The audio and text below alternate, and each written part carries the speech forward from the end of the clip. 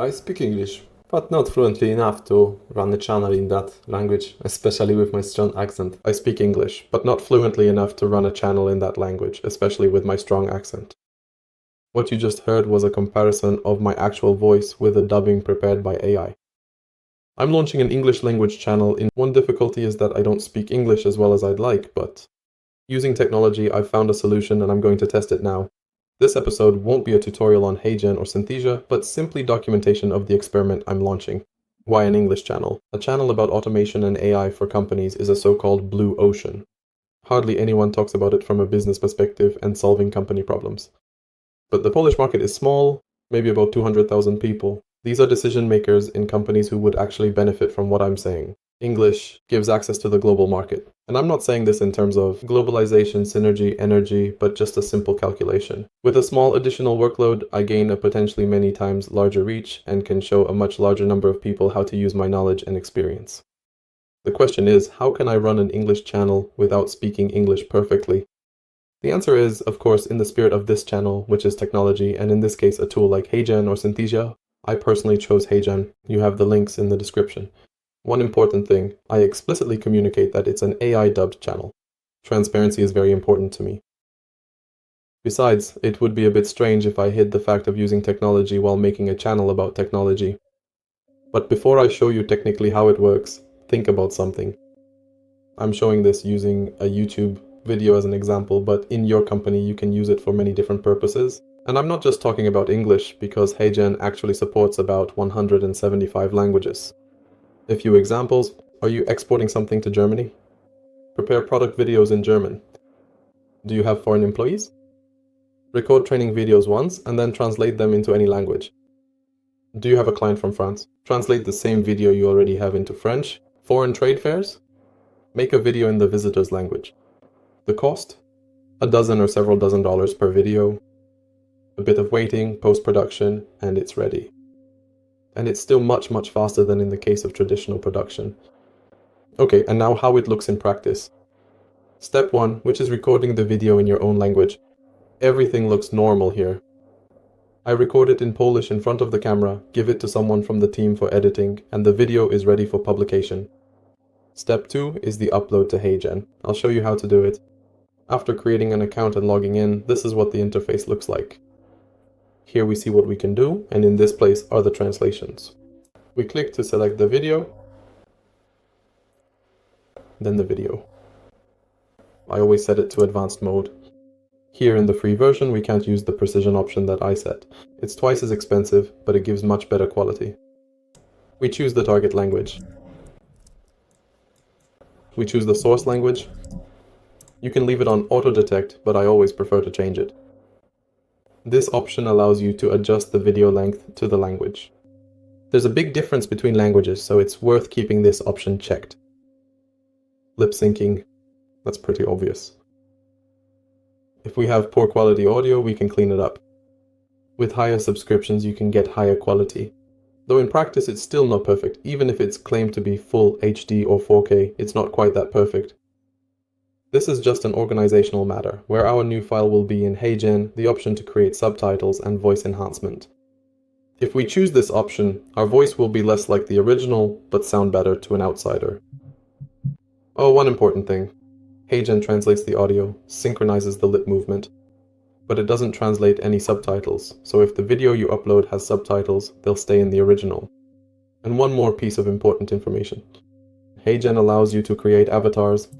By default, there's a quite large collection available, but we can also create our own and then generate videos with us, based on text or another script. Also a cool feature, but I won't talk too much about it today.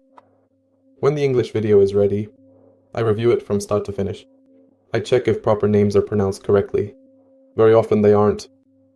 Whether the lip sync is correct or if it's out of sync somewhere. Whether the voice intonation sounds natural enough and not like a robot reading a book in the early morning.